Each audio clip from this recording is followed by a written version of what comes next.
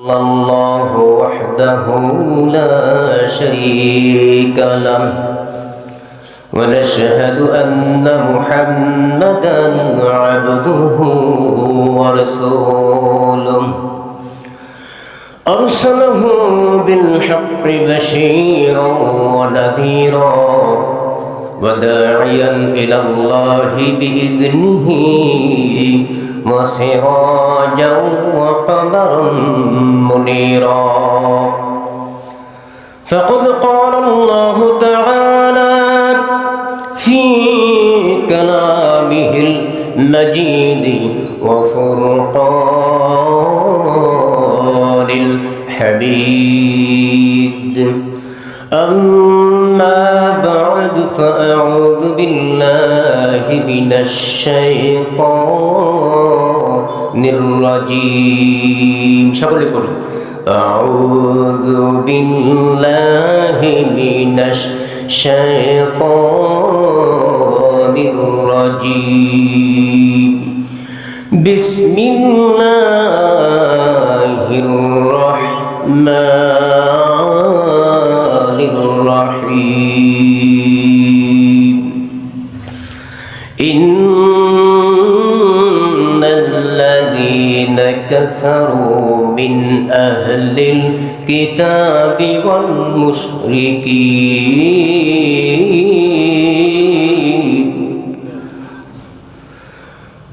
إن الذين كفروا من أهل الكتاب والمشركين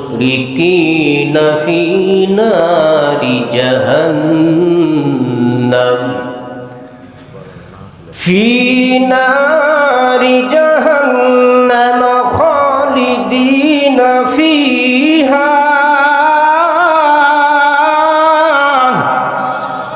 সবাই আওয়াজ করুন أولئك هم شر البرية إن الذين آمنوا وعملوا الصالحات أولئك هم خير البرية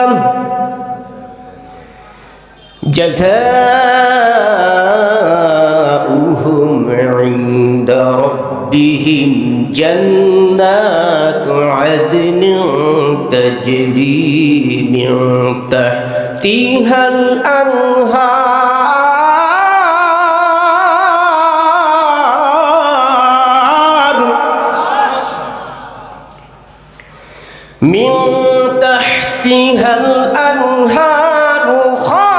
خالدين فيها أبدا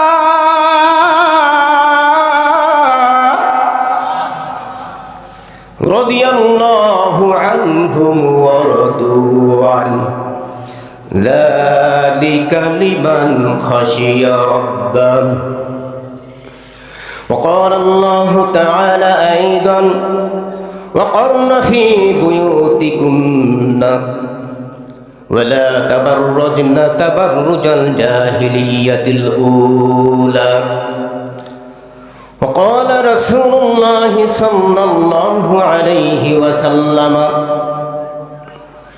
عن نزرة الفجأة فقال اسرد بصرك إن الله وملائكته يصلون على النبي يا أيها الذين آمنوا صلوا عليه وسلموا تسليما اللهم صل على سيدنا مولانا محمد وعلى علي سيدنا مولانا محمد জারি সারাই দ্বিখণ্ডিত আসমানের রয় পূর্ণ শশী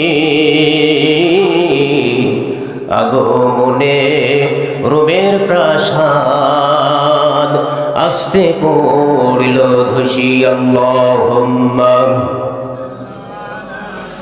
সাইয়্যিদিনা মাওলানা মুহাম্মদ ওয়া আলা আলি সাইয়্যিদিনা মাওলানা মুহাম্মদ। জন্ম আমার নবীর যুগে হলে কেমন হতো, জন্ম আমার নবীর যুগে হলে কেমন হতো। দুনয়নে রাসূল পাক দেখিলে কেমন হতো, দুনয়নে রাসূল পাক দেখলে কেমন হতো। জন্ম আমার নবীর যুগে হলে কেমন হতো, জন্ম আমার নবীর যুগে হলে কেমন হতো। আল্লাহুম্মা সাল্লি আলা সাইয়্যিদিনা মাওলানা মুহাম্মদ ওয়া আলা আলি সাইয়্যিদিনা মাওলানা মুহাম্মদ। লা ইলাহা ইল্লাল্লাহ, সকলে পড়ি লা ইলাহা লা ইলাহা ইল্লাল্লাহ, লা ইলাহা ইল্লাল্লাহ, লা ইলাহা ইল্লাল্লাহ। পাখির গানে গানে হাওয়ার তানে তানে ওই নামেরই সুর শোনা যায়, ওই নামেরই সুর শোনা যায় হলে পাগল পারা। লা ইলাহা ইল্লাল্লাহ, লা ইলাহা ইল্লাল্লাহ, লা ইলাহা ইল্লাল্লাহ মুহাম্মাদুর রাসূলুল্লাহ সাল্লাল্লাহু আলাইহি ওয়াসাল্লাম। আলহামদুলিল্লাহ, বলরামপুর উলামায়ে কেরামের উদ্যোগে প্রথম বার্ষিক একদিন ব্যাপী ওয়াজ মাহফিল। আজকের মাহফিলের প্রধান অতিথি, প্রধান আকর্ষণ তিনি আমাদের মধ্যমণি, আমাদের মাথার তাজ। বিশেষ করে অত্র এলাকায় প্রথম যে মাদ্রাসা ভবানীপুর হাসানিয়া মাদ্রাসা প্রতিষ্ঠাতা বলতে গেলেই চলে, প্রতিষ্ঠাতা লগ্ন থেকেই তিনি ছিলেন। তিনি সকলের উস্তাদ, বিশিষ্ট আলেম দ্বীন হযরত মাওলানা আব্দুল হান্নান সাহেব। এরপরে আমাদের আজকের মাহফিলের যিনি সভাপতি হিসেবে আছেন, এই বলরামপুরের কৃতি সন্তান, আপনাদের গর্ব, একজন বড় মাপের মুফতি হয়েছেন, মুফতি এনামুল হক। এছাড়াও যিনি আজকের এই মাহফিলটা আয়োজন করেছেন, একক উদ্যোগে বলতে গেলেই চলে, সাথে আমরা একটু সহযোগী হিসেবে ছিলাম। তো আব্দুল হান্নান ভাই, মাওলানা আব্দুল হান্নান, তো তিনি চাইছেন যে এই বলরামপুর, ভবানীপুর, খলিশাগঞ্জ আশপাশে কিছু উলামায়ে কেরাম, নতুন আলেম তারা তৈরি হয়েছে। তো তারা আসলে কিছু বলতে পারে কিনা, কিছু শিখাইতে পারে কিনা, তাদের যোগ্যতা আছে কিনা। মানুষ তো আলেম উলামা যারা, তাদের খুব একটা মূল্যায়ন করতে চায় না, অনেকে আছে না নাই? তো আসলে আপনাদের সন্তান, আপনাদের ছোট ভাই যারা, তারা আলেম হয়েছে, তারা শুধুমাত্র আলেম নামেই আলেম নয়, বরঞ্চ কামেও আলেম। তারা কোরআনের এই বাণী গোটা বাংলাদেশে প্রচার করতে চায়, ছড়িয়ে দিতে চায়। তো এর জন্য আপনারা যদি অন্তত পক্ষে একটু শুনতেও না আসেন, তাহলে কেমন হয়ে যায়? এখন অনেকে মনে করতেছে যে হ্যাঁ, এখানে দেখা যাচ্ছে যে লালনের সুরির বিশাল একটা টান হবে, অথবা আয়ব বাচ্চু জেমসের মতো থিম ধাড়াক্কার আওয়াজ হবে, বিভিন্ন সুর তরঙ্গ ছন্দমালা থাকবে, তাহলে লোকজন মোটামুটি ভাবে আমরা জাতি পারি। কি ঠিক কিনা? ও ভাই, লালনের সুর তরঙ্গ থেকে কোনো অংশে আমরা কমা নয়, সব সুর আমাদের আছে। ওই জেমস, ওই আয়ব বাচ্চু, তারা মদ ছাড়া গান গাইতে পারে না। আমরা মদ ছাড়া শুধুমাত্র চাও লাগে না, দেখবেন যতটুকু আলোচনা করে কেউ চা খাইছে? আল্লাহর দেওয়া কণ্ঠ দিয়ে আল্লাহর কোরআন থেকে সুমধুর কথা জ্ঞান গর্ব আলোচনা আপনাদের সামনে উপস্থাপন করেছে। কিছু লাগছে? লাগে না। এই জন্য ওইগুলো আমাদের জানা আছে, কিভাবে সুর তরঙ্গ উচ্চমালা করতে হয়। কুষ্টিয়াতে একবার একটা বড় মাহফিলে তো আমি কোরআন তেলাওয়াত করছি, সঙ্গীতও গাইছি। তো ওই মানে গানের জগতের একজন গুরু তিনি আমাকে বলতেছে যে হুজুর শোনেন, এই যে স্কেল হাই করেন, মিডিয়াম করেন, লো করেন, এইগুলো ওই সারে গামা পা দা নিসা না শিখতে তো শেখা যায় না, তো এইগুলো আপনারা কোথায় শিখছেন? তো আমি বললাম যে আল্লাহর দেওয়া কণ্ঠ দিয়ে কোরআনের তেলাওয়াতে টান যখন মেরে দেব তখন সারে ঘামা পা দা নিসা লাগে না, আল্লাহ শুরু করে দেয় সুবহানাল্লাহ, কিচ্ছু লাগবে না। তো যাই হোক, সম্মানিত উপস্থিতি, কথা বেশি নয়, সংক্ষিপ্ত সময়ের মধ্য দিয়েই কোনো ভূমিকা ছাড়া ইনশাল্লাহ আমরা আলোচনার দিকে এগিয়ে যাব। তবে আমি অনেকক্ষণ ধরে আলোচনা শুনতেছি এবং আপনাদেরও দেখতেছি যে আমাদের এই যে মাগরিবের পরে আলোচনা করেছেন আশরাফ আলী ভাই, মুফতি আব্দুর রাজ্জাক, খলিশাকুণ্ডু বাসা, এরপর আমার পাশে তো খলিশাকুণ্ডু মাদ্রাসার সম্মানিত মুহতামি বসে আছেন।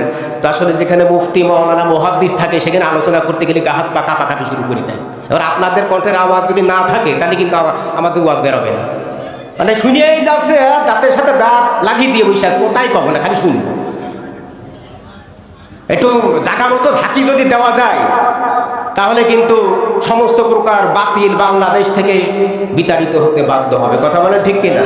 এই বলরামপুর এখানে বিভিন্ন ধরনের তন্ত্র আর মন্ত্র রয়েছে, আছে না নাই? শিরক বিদআতের আলোচনা করছে না? এখন অনেকের খারাপ লাগতে পারে, হুজুররা যে কথাগুলো বলে এই কথাগুলো খারাপ লাগার জন্য বলে না, বরঞ্চ একজন মুসলমানের ঘরের সন্তান সে কোরআন হাদিসের সহি এলেম শিক্ষা করে নিজেকে পরিবর্তন করতে পেরে জান্নাতে যেতে পারে, এই উদ্দেশ্যে একটু ওই তিতা কথা কড়া কথা বলতে বলে আর কি, বুঝতেছেন? সম্মানিত সুধী, আরও আলোচনা করেছেন আমাদের জয়নুল আবেদিন, মুফতি জয়নুল আবেদিন। এরপর আমাদের সামনে আরও 2জন বক্তা, মানে আজকে প্রায় 8-9 জন বক্তা এখানে সেট আপ করছে। তো ওই 20 মিনিট 30 মিনিট 40 মিনিটের বেশি কেউ আলোচনা করবে না। মানে আমার পরে আব্দুল হান্নান ভাই আসতেছেন, উনি হয়তো আধা ঘন্টা আলোচনা করবেন। এরপর আমাদের উস্তাদ যিনি আছেন মাওলানা আব্দুল হান্নান নওলাবাড়ি, উনিও খুব দীর্ঘ সময় আলোচনা করবেন। মোটামুটি 11টা ভিতরে আমরা ক্লোজ করে দেব। এখন আপনারা 11টা পর্যন্ত কি থাকতে রাজি আছেন? আওয়াজ তো নেই, মানে কখন তো কোনো আওয়াজই নেই। লিল্লাহে তাকবীর। এক গিয়ারে মোটরসাইকেল এমনি এখন তেলের দাম বেশি, ভো ভো খালি আওয়াজ হয়। গিয়ার যত বাড়াবেন গাড়ি তত কি ফ্রি হবে। লিল্লাহে তাকবীর। ওই যে ওই সাইডে আমার আওয়াজ কানে আসে। লিল্লাহে তাকবীর। বীর মুসলমান ধরওয়াল কুরআন, ফিরায়ে আনো সেই হারানো সম্মান। বীর মুসলমান নারায়ে তাকবীর। ওই কুনার লোক কথা বলছেন, নারায়ে তাকবীর, নারায়ে তাকবীর, আল্লাহু আকবার, ধ্বনি ছাড়ো তুমি ধরায় আর একবার। বীর মুসলমান ধরওয়াল কুরআন, ফিরায়ে আনো সেই হারানো সম্মান। নারায়ে তাকবীর। যে আওয়াজ শুনে ওরে মুসলমান ভয়ে কাঁপিত, কাফের বেঈমান ছাড়বে সেই হুঙ্কার, খালিদের হুঙ্কার ছাড়বে সেই হুঙ্কার, আলীর হুঙ্কার, ফিরায়ে আনো সেই হারানো সম্মান। বীর মুসলমান ধরওয়াল কুরআন, ফিরায়ে আনো সেই হারানো সম্মান। নারায়ে তাকবীর। এইবার মোটামুটি একটু আওয়াজ হয়েছে, শয়তান সব ঝাড়ি বার করতে হচ্ছে। আওয়াজ দিতে হবে, মানে মুখে যদি বিড়ি খেয়ে গন্ধ হয় ও বেরিয়ে যায় যা, কিন্তু শয়তানও দূর হয়ে এসে যাবে আল্লাহু আকবারের ধ্বনি প্রতিধ্বনিত হলে। আর ঝাঁকি দিতে হবে জায়গা মতো, ঠিক কি না? একজন তার বুড়ো বাপের ডাক্তারের কাছে নিয়ে গিয়েছে, তো বলতেছে যে আমার বাপের অসুস্থ, ওষুধ দেন। তো ওষুধ দিয়েছে, ডাক্তার বলতেছে আপনার এই বাপকে ওষুধ খাওয়াবেন ঝাঁকিয়ে ঝাঁকিয়ে। কি করে? তো ও বাপকে এনে ওষুধ না ঝাঁকিয়ে বাপের কোলে তুলে ডানি ভাই খালি ঝাঁকাইছে। বলেন তো, বাপরে যদি কোলে তুলে ঝাঁকি দেয় তাহলে কি মরে যাওয়ার সম্ভাবনা থাকে না? তো ডাক্তারের কাছে নিয়ে গিয়ে বলতেছে, হ্যাঁ ডাক্তার কি ওষুধ দিয়েছো? আবার বাপরে ঝাঁকিয়ে ঝাঁকিয়ে কোলে তুলে ঝাঁকাইছি, তাও রোগ ভালো হয় না। বলে তুমি তো জাগা মতো ঝাঁকি দাও না। জাগা মতো যদি ঝাঁকি দেওয়া যায়, যেভাবে করে স্বৈরাচার বাংলার জমিন থেকে বিতাড়িত হয়েছে, ঠিক একইভাবে নতুন করে স্বৈরাচার বাংলার জমিন আর প্রতিষ্ঠিত হবে না, ঠিক কিনা? আবার বলতেছি, নতুন করে যদি মুসলমানদের ঈমানি তেজস্বী ক্রিয়া বানানো যায়, ইহুদি কুত্তারা গোটা পৃথিবী থেকে লেজ গুটিয়ে নিয়ে বঙ্গোপসাগর নয় আটলান্টিক মহাসাগরে পাড়ি দেবে, কথা বলেন ঠিক কিনা? ইরান যে আকারে কোপানো শুরু করেছে, একটু আমাদের কণ্ঠের কোপানো দেওয়ার দরকার আছে না? আগামীর বিশ্ব হবে মুসলমানদের বিশ্ব, আগামীর বিশ্ব হবে ইমাম মাহাদির বিশ্ব, আগামীর বিশ্ব হবে কোরআনের বিশ্ব, ঠিক কিনা মুসলমান? আল্লাহ তাআলা কবুল করুক, সকল বলে আমিন। তো ভাইয়ের আমার, আজকের আলোচনা ওই গতানুগতিক কোনো আলোচনা নয়, যেহেতু উলামায়ে কেরামের আলোচনা এখানে, যেখানে উলামায়ে কেরাম থাকবে সেখানে শয়তান আটকে কিনা, ঠিক কিনা? সংখ্যায় কম, আওয়াজ যদি বেশি দেওয়া হয় শয়তান পালিয়ে যেতে বাধ্য হবে। আজকের আলোচনা হলো বিষয় ভিত্তিক আলোচনা, কথা বুঝতে পারছেন? মানে এদিক সেদিক আমি একটু বললাম, যদিও একটু আপনারা ঘুমাই গেছেন তাই আর কি বললাম। তো রাজি আছি তো সবাই আলোচনা শুনতে? আল্লাহ তাআলা আমাদের সকলকে কবুল করুন, সকলে বলে আমিন। আমার বিষয় ছিল হলো পর্দা সম্পর্কে। কি সম্পর্কে? পর্দা মানে এই যে এইসব পর্দা না, পর্দা মানে নারীদের পর্দায় থাকতে হবে, তাই তো? বিষয়টা শুধু তাই নয়, নারীদের শুধু পর্দায় থাকতে হবে বিষয়টা নয়। আমরা মনে করি যে নারীরা ওই শুধু পর্দার ভিতরে আটকে থাকবে, আমরা খোলামেলা চলিয়ে বেড়াবো, আমাদের কিছু পর্দা না, ও না, অত সস্তা না। নারী পুরুষের জন্য আল্লাহ রাব্বুল আলামিন পর্দার ব্যবস্থা করে দিয়েছেন, দুইজনের জন্য, উভয়ের জন্য, ঠিক কিনা? আর পুরুষের কি পর্দা? পুরুষ কি ওই বোরকা পরিয়ে ঘরের ভিতরে আটকে থাকবে, এইটা নাকি? না, পুরুষের পর্দা আছে, সেটার ব্যবস্থা আছে, ইনশাল্লাহ আসতেছে। তবে নারীদের পর্দার বিষয় সংক্ষিপ্ত আকারে বলে, আল্লাহ রাব্বুল আলামিন সূরা আহজাবের 33 নম্বর আয়াতে আল্লাহ তাআলা বলেন, ওয়াকরনা বুয়ুতুকুন্না ওয়ালা তাবাররুজনা তাবাররুজাল জাহিলিয়াতিল উলা। আল্লাহ রাব্বুল আলামিন বলেন, আর তোমরা নিজ গৃহের অবস্থান করো, ঘরের ভিতরে অবস্থান করো। তো ঘরের ভিতরে অবস্থান করার অর্থ এই নয় যে অনেকে বলে যে হুজুররা ক্ষমতায় গেলে নারীদের ঘরের ভিতরে আটকায় রাখবে, বেরোইতে দিবে না, বিষয়টা এরকম না। ঘরের ভিতরে থাকবে নারীর, এটাই সৌন্দর্য, তবে প্রয়োজনে বাহিরে যেতে পারে শালীনতার সঙ্গে, পোশাকের সঙ্গে। এরপর আল্লাহ তাআলা বলেন, প্রাচীন অজ্ঞতার যুগে, জাহিলিয়াতের যুগের মতো তোমরা চোখ ঝলসানো প্রদর্শনী করে তোমরা রাস্তাঘাটে বেরোয় না, কথা বুঝতে পারছেন? শ্যাম্পু লাগিয়ে, হ্যাঁ, বিভিন্ন ধরনের ওই অ্যারোমেটিক কসমেটিক, ধুলো, পাউডার, আলতা শুরু মাইকে বেরোনো যাবে না, কথা বলে ঠিক কিনা?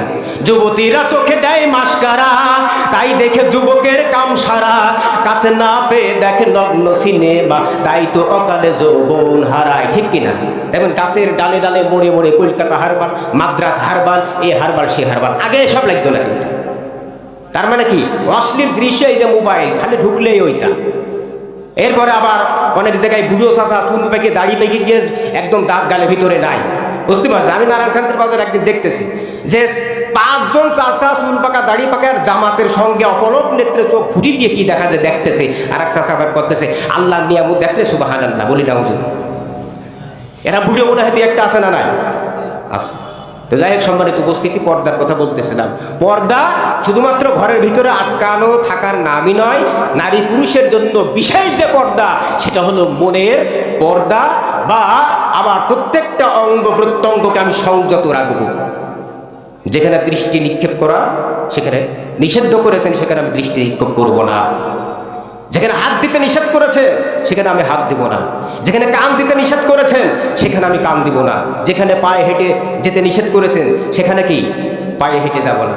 এই যে রাসূল সাল্লাল্লাহু আলাইহি ওয়াসাল্লাম আর একটা হাদিসে বলতেছেন, তিরমিজি শরীফের হাদিস, নাকি সহিহ মুসলিম শরীফের 2697 হাদিসে বলতেছেন যে আদম সন্তানদের জন্য অত্যন্ত সতর্কবাণী দিয়ে বলতেছেন যে শুধুমাত্র একজন অবিবাহিত, বেপর্দা অবিবাহিত নারী এবং পুরুষ গোপনে অপকর্ম করলে জেনা হয়, বিষয়টা তা নয়, বরঞ্চ হাত দিয়ে ধরলে হাতের জেনা, চোখ দিয়ে দেখলে চোখে জেনা হবে, পায়ে হেঁটে গেলে পায়ের জেনা হবে, মস্তিষ্ক দ্বারা যদি কেউ চিন্তা করে মস্তিষ্কেও জেনা হবে, ঠিক কিনা?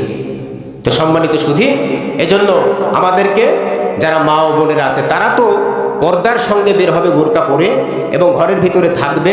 পাশাপাশি নারী এবং পুরুষের জন্য বিষয়টাই পর্দাটা, প্রত্যেকটা অঙ্গ প্রত্যঙ্গকে সংযত রাখা, আল্লাহকে স্মরণ করে আল্লাহকে ভয় করে চলা। বুঝতে পারছেন মুসলমান ভাইয়ের আমার? আল্লাহ রাব্বুল আলামিন বলেন, ইয়া আইয়ুহাল্লাযীনা আমানুত্তাকুল্লাহা হাক্কা তুকাতিহি ওয়া লা তামুতুন্না ইল্লা ওয়া আনতুম মুসলিমুন। আল্লাহ রাব্বুল আলামিন বলেন, হে ঈমানদারেরা, ঈমানদারদেরকে বলছে, কাদেরকে? হে ঈমানদারেরা, তোমরা আমি আল্লাহ রাব্বুল আলামিনকে ভয় করে চলো। কেমন ভয়? যথাযথ ভয়। যেমন ভাবে ভয় করলে ভয় করা হয়, আমি আল্লাহকে এমন ভাবে ভয় করে চলো। আর মুসলমান না হয়ে মৃত্যুবরণ করো না। তার মানে শুধুমাত্র কেবলমাত্র ঈমানদার হলেই সে কি হয় না? মুসলমান হয় না। মুসলমান হতে হলে মহান আল্লাহ রাব্বুল আলামিনকে সব জায়গায় ইলমি ভাবে হাজির নাজির জেনে আল্লাহ তাআলা আমার প্রত্যেকটা কাজ দেখতেছেন, শুনতেছেন, অবজারভেশন করতেছেন। আমার জীবনের প্রত্যেকটা সেকেন্ড, শুরু থেকে জন্মলগ্ন থেকে মৃত্যু পর্যন্ত প্রত্যেকটা সেকেন্ড, প্রতিটি মুহূর্তে আল্লাহ রাব্বুল আলামিন তিনি কি করতেছেন? অবজারভেশন করতেছেন, তিনি দৃষ্টি দিয়ে আছেন যে আমার বান্দা প্রতিটি সেকেন্ড কিভাবে তিনি কাটাইতেছেন। আল্লাহ তাআলা কি এটা দেখতেছেন। তো ভাইরা, ভয় করতে হবে আল্লাহ তাআলাকে। কেমন ভয়? যথাযথ ভয় করতে হবে। যথাযথ ভয় করতে পারে যে সেই ব্যক্তি যে নিজের সব কিছুকে একমাত্র আল্লাহর জন্য উজাড় করে দেয়। ইন্না সলাতি ওয়া নুসুকি ওয়া মাহইয়ায়া ওয়া মামাতি লিল্লাহি রাব্বিল আলামিন।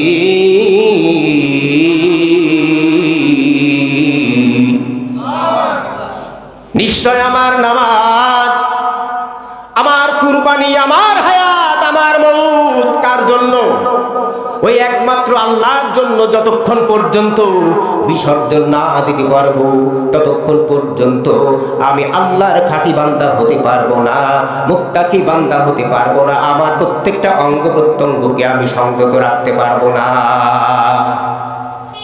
তাহলে কি করতে হবে? আমার জীবন, আমার মরণ, আমার হায়াত, আমার মউত, আমার জান, আমার মাল, আমার অর্থ অভিজাত্য, আমার যা কিছু রয়েছে কার জন্য?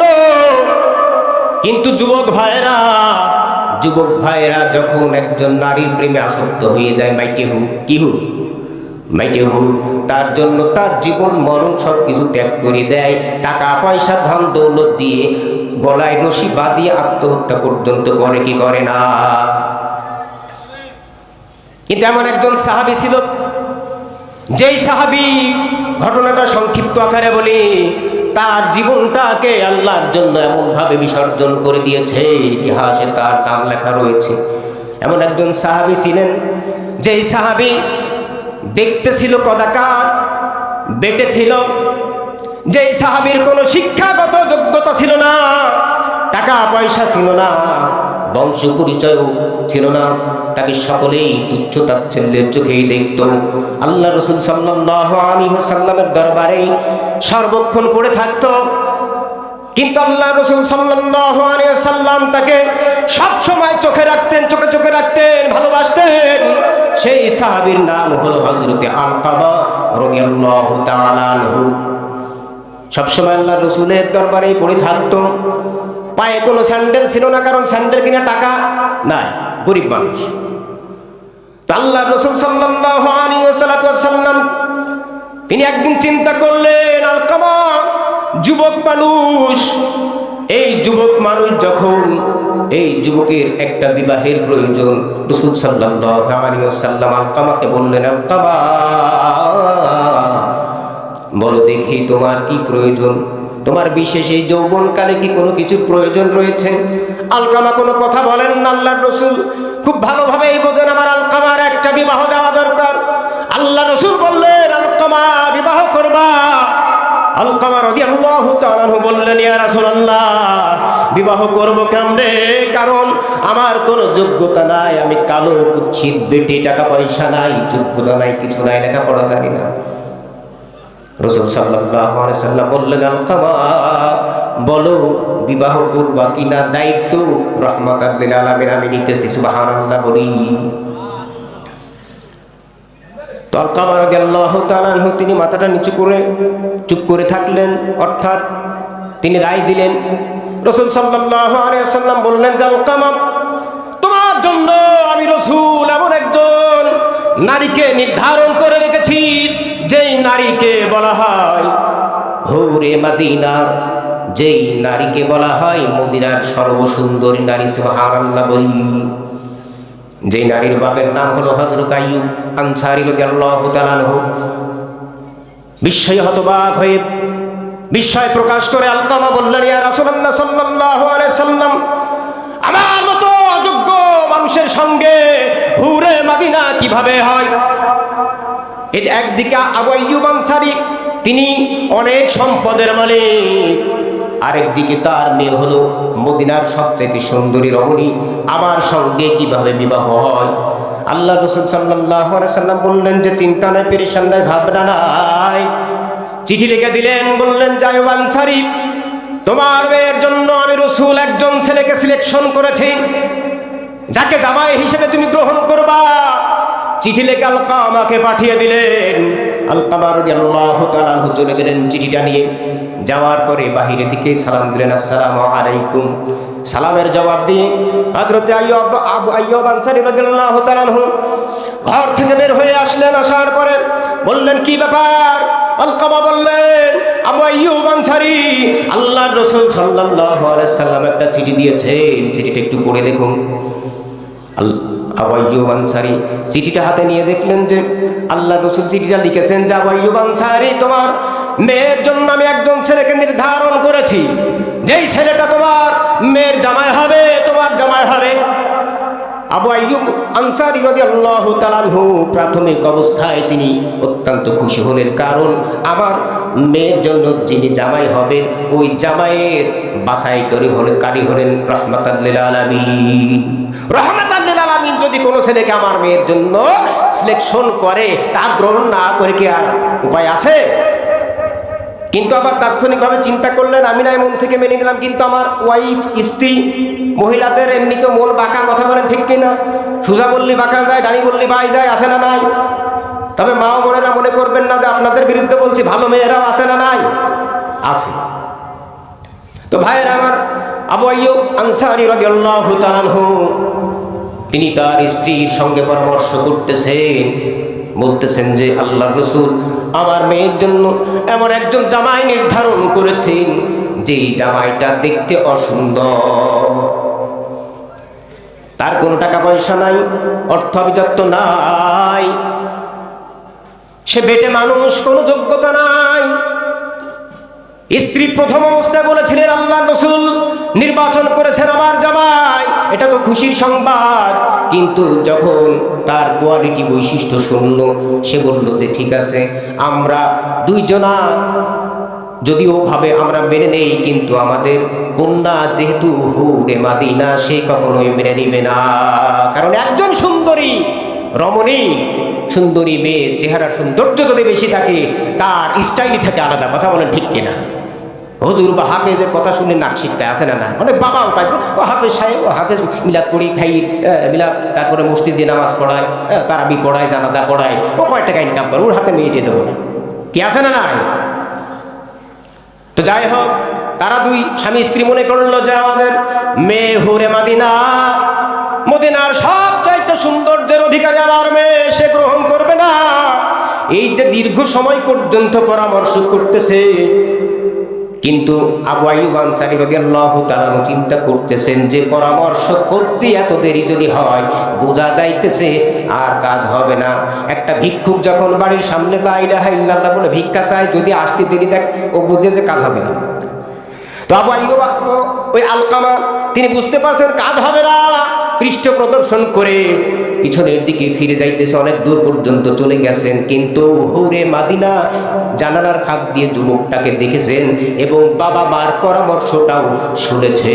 যখনই দেখলো যে ওই যে আল্লাহর রাসূলের সিলেকশন করা জামাই, সে আমাকে বিবাহ করার জন্য এসেছে, কিন্তু সে ফিরে চলে যাচ্ছে, সে খুব দ্রুত তার বাবা মার কাছে চলে আসলো, এসে বলল যে বাবা মা, আমার জন্য বিশ্ব নেতা, বিশ্ব নবী রাহমাতাল লিল আলামিন যেই ছেলেটাকে জামাই হিসেবে নির্বাচন করেছে, আমি হুরে মদিনা হলে কি হবে, রাহমাতাল লিল আলামিনের পছন্দই আমার পছন্দ। সুবহানাল্লাহ বলি।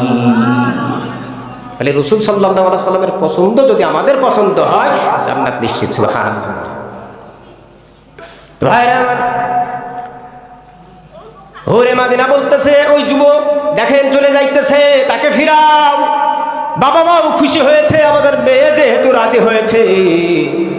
এরপরে বাবাটা ঘর থেকে বের হয়ে ডাকতেছে, এই আলকামা, আলকামা কাম হিয়া, চলে আসো, তাল হল। আলকামা এবার খুশির চোটে চিন্তা করতেছে, ডাকতেছে তখন কাজ আছে। তা আলকামা পিছে চলে আসলো। আসার পরে আবু আইয়ুব আনসারী রাদিয়াল্লাহু তাআলা আনহু বলতেছে, আলকামা রাহমাতাল লিল আলামিন, আমার জামাই হিসেবে যেহেতু তোমাকে নির্বাচন করেছে, আমি আবু আইয়ুব আনসারী রাদিয়াল্লাহু তাআলা আনহু তোমাকে জামাই হিসেবে কবুল করে নিতে কোনো ধরনের সমস্যা নাই। সুবহানাল্লাহ বলি। যেহেতু দ্বিতীয় বক্তা চলে এসেছে, আমি আলোচনা দীর্ঘায়িত করবো না, সংক্ষিপ্ত আকারে শেষ করে দেব। তো আল্লাহ রাসূল সাল্লাল্লাহু আলাইহি সাল্লাম যেহেতু তোমাকে জামাই হিসেবে গ্রহণ করেছে, আমাদের জন্য কোনো সমস্যা নাই। আলকামা খুশির চোটে লাফাইতে লাফাইতে আল্লাহ রাসূলের দরবারে চলে গেল। যাওয়ার পরে আল্লাহ রাসূলকে বলতেছে, ইয়া রাসূলুল্লাহ, কাজ হয়ে গেছে, বিবাহ করতে আর কোনো ধরনের বাধা নাই। আমার মতো অযোগ্য অসুন্দর মানুষটা হুরে মদিনা পেয়ে গেল। সুবহানাল্লাহ বলি। তো যারা আল্লাহকে ভয় করে চলবে, যারা নিজেকে মুত্তাকি হিসেবে নির্বাচন করবে, আল্লাহ রাব্বুল আলামিন দুনিয়াতে তার পুরস্কার দিয়ে দেবে। সুবহানাল্লাহ বলি। অতএব যে সমস্ত যুবকেরা মনে করে যে স্টাইল মার্কা মেয়ে আমার পছন্দ, ওর কপালে দুঃখ আছে, সনিত কথা বলে ঠিক কিনা? কিন্তু যারা আল্লাহকে ভয় করে চলে, মুত্তাকি হিসেবে নিজেকে নির্বাচন করে, আল্লাহ রাব্বুল আলামিন মুত্তাকিদের জন্য পুরস্কার শুধুমাত্র আখিরাতে নয়, বরঞ্চ তার জন্য পুরস্কার দুনিয়াতেই। আল্লাহর রাসূল বলেন, পৃথিবীর সবচাইতে মূল্যবান সম্পদ যার নেককার স্ত্রী রয়েছে। সুবহানাল্লাহ বলি। কিন্তু আল্লাহ রাসূল সাল্লাল্লাহু আলাইহি সাল্লাম বললেন যে, আলকামা বিবাহ তো করবা, খুশির চোটে লাফাইতেছো, টাকা আছে, মহরণ আদায় করার কোনো আছে? মহরণ আদায় না করলে তার বিয়ে হচ্ছে না। কয়জন আমরা মহরণ আদায় করেছি? হাত তোলার দরকার নেই, শুনে ফেলতে পারে, জানিয়ে ফেলতে পারে। তো আলকামা বলতেছেন যে, ইয়া রাসূলুল্লাহ, স্যান্ডেল কিনা টাকা নাই, মহরণা কিভাবে আদায় করব? আল্লাহ রাসূল সাল্লাল্লাহু আলাইহি সাল্লাম বললেন, স্যান্ডেল কিনা টাকা নাই, মহরণা আদায় করতে পারবা না, বিবাহ করবা কিভাবে? চলে যাও ওসমান গনির কাছে, আমার কথা বলো, টাকার ব্যবস্থা সেই করো। তো ওসমান রাদিয়াল্লাহু তাআলা আনহুর কাছে চলে গেলেন আলকামা রাদিয়াল্লাহু তাআলা আনহু। যাওয়ার পরে সালাম দিয়ে বলতেছে, ওসমান গনি, আল্লাহ রাসূল সাল্লাল্লাহু আলাইহি ওয়াসাল্লাম তিনি আমার বিবাহের জন্য ঘটক হয়েছেন, মেয়ে নির্বাচন করেছেন হুরে মদিনা, আবু আইয়ুবের মেয়ে। কিন্তু বিবাহ করতে খরচপাতি লাগে, নিরক্ষরের জিনিস কিনা লাগে, মহরণ আদায় করা লাগে, টাকা তো দূরে থাক, স্যান্ডেল আমার পায় নাই। তাকিয়ে দেখো, ওসমান রাদিয়াল্লাহু তাআলা আনহু যেহেতু তিনি চিন্তা করতেছেন, আল্লাহর রাসূল পাঠাইছে, বললেন যে কত খরচ হবে, এত খরচ হবে, ডবল দিয়ে দিলেন। সুবহানাল্লাহ বলি। টাকা পয়সা নেওয়া আলকামা খুশির চোটে বাজারে চলে গেল, জিনিসপত্র কিনতে হবে, বিবাহের সরঞ্জাম কিনতে হবে। তিনি চলে গেলেন টাকা পয়সাগুলো নিয়ে। যাওয়ার পরে কি কি কিনবে লিস্ট করতেছে। কিন্তু ইতিমধ্যে কে যেন একজন যুবক ঘোষণা করে দিল বাজারের মধ্যে, মার্কেটের মধ্যে, হে মুসলিম তৌহিদ জনতা, উহুদ যুদ্ধের ঘোষণা হয়েছে, কে কে উহুদ যুদ্ধে অংশগ্রহণ করবা?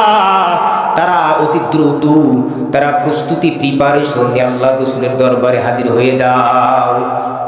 এই আওয়াজ যখন আলকামার কানে চলে গেল, আলকামা চিন্তা করতেছে, বিয়ে করব না জিহাদে যাব? আবার জিহাদে গেলে আল্লাহর রাসূল নিষেধ করবেন, কারণ তোমার বিবাহের মুহূর্তটা চলে এসেছে, আলকামা জিহাদে যাওয়ার দরকার নাই। তিনি চিন্তা করলেন যে কি করা যায়, কি করা যায়।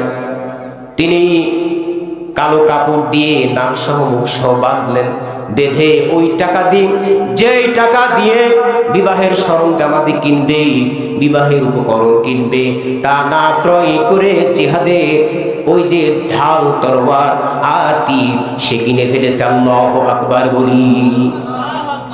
জিহাদের সরঞ্জাম ক্রয় করার পরে উহুদ যুদ্ধে অংশগ্রহণ করেছে, তাকে কেউ চিনতে পারে নাই। তুমুল লড়াই চলতেছে, যেহেতু উহুদ যুদ্ধের প্রাথমিক অবস্থায় মুসলমানদের সাময়িকভাবে পরাজয় ঘটেছিল, 70 জন হাফেজে কোরআন শহীদ হয়েছিলেন। শহীদ কি জিনিস? শহীদ হলে আল্লাহ রাব্বুল আলামিন তার কবরের কোনো হিসাব দিবেন না, সুবহানাল্লাহ বলে। রক্ত মাখা দেহ নিয়ে যখন কোনো মুসলমান কিয়ামতের ময়দানে দাঁড়িয়ে যাবে, আল্লাহ রাব্বুল আলামিন শহীদের হিসাব নিকাশ না নিয়ে সোজা জান্নাতে দিয়ে দিবেন, সুবহানাল্লাহ বলি। জান্নাত চির সুখের ঘর, জান্নাত চির সুখের ঘর, যদি জানতে গো তুমি, মায়া ঘেরা রোগীর পৃথিবী নয়তো সুখের খনি। জান্নাত পাওয়ার সহজ পথ সে তো শহীদি মরণ, জান্নাত পাওয়ার সহজ পথ সে তো শহীদি মরণ। শহীদ হলে খোদার রাহে, শহীদ হলে খোদার রাহে, তবে জান্নাত পাবে তুমি। আহা মায়া ঘেরা রোগীর পৃথিবী নয়তো সুখের খনি। আলকামা রাদিয়াল্লাহু তাআলা আনহু তিনি জিহাদের ময়দানে শত্রুদের মোকাবেলা করার জন্য সশস্ত্র যুদ্ধে নেমে পড়েছেন। তুমুল লড়াই চলতেছে, যুদ্ধ করতে করতে 70 জন হাফেজে কোরআন শহীদ হয়ে গেছে, ওর ভেতরে আলকামাও শহীদ হয়ে গিয়েছে, আল্লাহু আকবার বলি। কিন্তু অনেক সাহাবীর লাশ আল্লাহ রাসূল সাল্লাল্লাহু আলাইহি ওয়াসাল্লাম কালেকশন করে এক জায়গায় রাখতেছেন, কিন্তু কোনো একজন সাহাবীর লাশ খুঁজে পায় না। কে যেন খবর দিতেছে যে ইয়া রাসূলুল্লাহ, আজকে আলকামার বিবাহের কথা ছিল, কিন্তু সে বিবাহ না করে জিহাদের ময়দানে অংশগ্রহণ করার জন্য মুখ বেঁধে চলে এসেছিল। বিবাহের টাকা দিয়ে জিহাদের সরঞ্জামাদি ক্রয় করে জিহাদের ময়দানে শহীদ হয়ে কিন্তু তার লাশটা খুঁজে পাওয়া যাইতেছে না। এরপরে খুঁজতে খুঁজতে খুঁজতে খুঁজতে হযরত আলকামা রাদিয়াল্লাহু তাআলা আনহুর লাশ পেয়ে গেছে। লাশ পাওয়ার পর আল্লাহ রাসূল সাল্লাল্লাহু আলাইহি ওয়াসাল্লাম ব্যথায় চোখের পানি ছেড়ে দিয়ে কাঁদতেছে। আলকামা এমন একজন অযোগ্য ব্যক্তি, যার খাদ্য ক্রয় করার টাকা ছিল না, যার কোনো স্যান্ডেল ক্রয় করার টাকা ছিল না, এত অসহায় সাহাবীর দীর্ঘদিন পরেই আমি আল্লাহর রাসূল বিবাহের ব্যবস্থা করে দিলাম। আমার আলকামা তার জানমাল আল্লাহর রাস্তায় ক্রয় করে দিয়েছে, সুবহানাল্লাহ বলি। ইন্না সালাতি ওয়া নুসুকি ওয়া মাহইয়ায়া ওয়া মামাতি লিল্লাহি রাব্বিল আলামিন। আমার জীবন, আমার মরণ, আমার নামাজ, আমার কুরবানি, আমার হায়াত, আমার মৌত কার জন্য? লিল্লাহি রাব্বিল আলামিন, একমাত্র বিশ্ব জগতের এবং অধিপতির জন্য। কথা বলেন ঠিক কিনা? এই চিন্তা চেতনা ভাবনা যখন একজন মুসলমানদের হৃদয়ে চলে আসবে, সে পৃথিবীর কোনো পরাশক্তিকে ভয় পায় না, সে আমেরিকার পারমাণবিককে ভয় পায় না, ইসরায়েলকে ভয় পায় না, রাশিয়া চীনের পরাশক্তিকে ভয় পায় না, সে একমাত্র ভয় পায় কাকে? এজন্য মুসলমানরা আমরা যদি কোনো অপশক্তির সামনে মাথা নত করি, বিজয় কি দিবেন? দিবেন না। ওয়ালা তাহিনু ওয়ালা তাহজানু ওয়া আনতুমুল আ'লাউনা ইন কুনতুম মুমিনিন। তোমাদের চিন্তা নাই, পেরেশান নাই, ভয় নাই, ভীত সন্ত্রস্ত হবার কিছু নাই, তোমরাই বিজয়ী হইবে ইন কুনতুম মুমিনিন, যদি তোমরা মুমিন হও। এজন্য আগামীর বিশ্ব হবে মুসলমানদের বিশ্ব, আগামীর বিশ্ব হবে ইমাম মাহাদির বিশ্ব। গাজওয়াতুল হিন্দ যখন সংগঠিত হবে, যদিও মুসলমানদের রক্তে রঞ্জিত হতে হবে, চূড়ান্ত বিজয় যিনি দিবেন তিনি কে? আল্লাহ। আলকামা রাদিয়াল্লাহু তাআলা আনহুর লাশটা আল্লাহর রাসূল রানের উপরে রাখলেন। রাখার পরে আল্লাহর রাসূল চোখের পানি ছেড়ে দিয়ে কাঁদতেছেন, আওমা করে কাঁদতেছে, চোখের পানি ছেড়ে দিয়ে। আমার আলকামার বিবাহের দিন, আমি আলকামা বিবাহ না করে জিহাদের ময়দানে জীবন দিয়েছে, আবার কিছুক্ষণ পরে আসমানের দিকে তাকায়, চোখে আবার মিটি মিটি হাসতেছে আল্লাহর রাসূল। সাহাবায়ে কেরাম বলতেছেন, ইয়া রাসূলুল্লাহ, একবার আলকামার চেহারার দিকে তাকিয়ে কাঁদতেছেন, আবার আসমানের দিকে তাকিয়ে হাসতেছেন, কারণটা কি? আল্লাহ রাসূল সাল্লাল্লাহু আলাইহি ওয়াসাল্লাম বললেন যে, আমি আলকামার দিকে তাকিয়ে কাঁদতেছে এই জন্য দুঃখে, যেহেতু তার বিবাহের দিন ছিল, সে বিবাহ না করে জিহাদের ময়দানে শহীদ হয়ে গেছে। আমি হাসতেছি আসমানের দিকে তাকিয়ে এই জন্য যে আমার আলকামাকে রিসিপশন করার জন্য জান্নাত থেকে হুরে মাদিনা নয়, তার থেকেও সুন্দর হুরগুলো নেমে এসেছে। সুবহানাল্লাহ বলি। তাকে আলিঙ্গন করতেছে, জান্নাতের নাজ নিয়ামত দিয়ে তাকে সংবর্ধনা দিতেছে। ও মুসলমান যুবক যুবতী, আল্লাহর জন্য পর্দা করতে হবে। আল্লাহ সন্তুষ্টির জন্য নিজের চরিত্রকে, সতীত্বকে যদি আমরা সংযত রাখতে পারি, আবার আল্লাহ দুনিয়াতেও আমাদের পুরস্কার দিয়ে দিবেন, আখিরাতেও মহা পুরস্কার দিবেন। আল্লাহু আকবার বলি। আল্লাহ তাআলা আমাদের বুঝবার, আমল করবার তৌফিক দান করুক। ওয়া মা আলাইনা ইল্লাল বালাগ। আসসালামু আলাইকুম ওয়া রাহমাতুল্লাহি ওয়া বারাকাতুহু।